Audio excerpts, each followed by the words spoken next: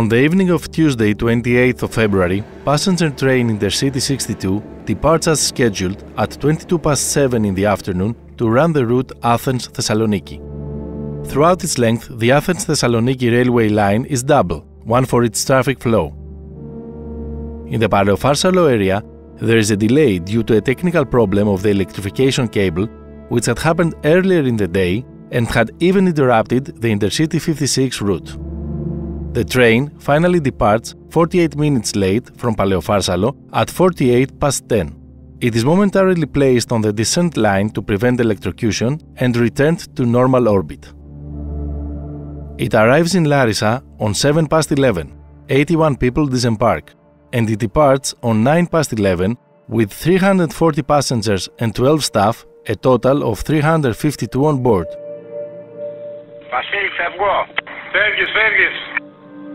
As can be seen from the publication of his conversation with the train driver, the station master is probably confused by the previous handling of another local train and does not use the 118A key to restore the line to an upward trajectory.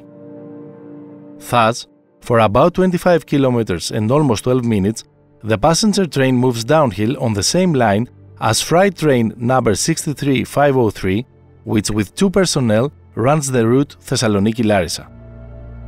At this particular point of the route, the maximum speed allowed by the traffic manual is 160 km per hour. At 11:21, the two trains collide.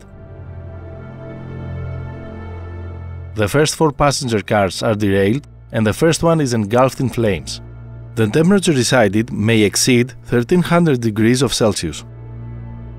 At 11:24, a passenger called 112 and reports a serious accident in the Evangelismos area of Larissa. At 11:40, the first fire brigades arrive at the scene. 10 minutes to midnight, the first ambulance arrives. The remote control system does not operate on the Athens-Thessaloniki route. Although it has been purchased since 2000 with the intention of operating in the 2004 Olympics, 20+ years later, it is still not installed in a quagmire of unfinished contracts, complaints of its management, delayed upgrades. Thus, in the year 2023, train drivers receive up to 15 radio signals from the respective station master to move from station A to station B, from station B to station C, and so on. In the Tempi accident in particular, it is completely inexplicable. The station master's recording of the arrival of freight train 63503 at 11:05 when it had not even passed through the Tempi tunnel. Most likely, he'd accidentally passed it for another one, and that led him to give the OK to Intercity to continue down the descent, considering how he wouldn't encounter another train in its path. They do not operate on the Athens-Thessaloniki route except for a small part of it. A. Traffic lights. B. Remote control and traffic control system. C. Communication system. If either of these worked, the drivers would have a view of the traffic within a radius of few hundred kilometers, and before they collided, they would have simply stopped at a red light. The traffic lights are more than 2 kilometers apart, or even if they had run the red light, the automatic instantaneous braking system would have been activated, which stops the train in a maximum of 1200 meters. But these safeguards don't exist, and everything ends up depending on the human factor. The OSE trade unionists had warned many times about the problems of the Greek railway with their last letter 3 weeks ago, on February 7th. 2 weeks before the tragic accident, on February 15th, the European Commission had referred Greece to the European Court of Justice for the railway infrastructure.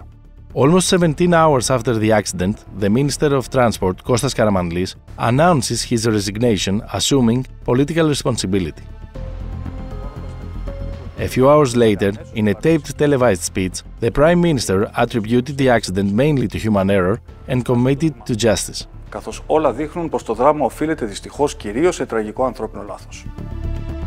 Until the late afternoon of Sunday, March 5th, and while the identification of the victims through DNA continues, the tragic toll is 57 dead, in the majority of them young men and women, according to the medical examiners. The exact number of missing remains unclear.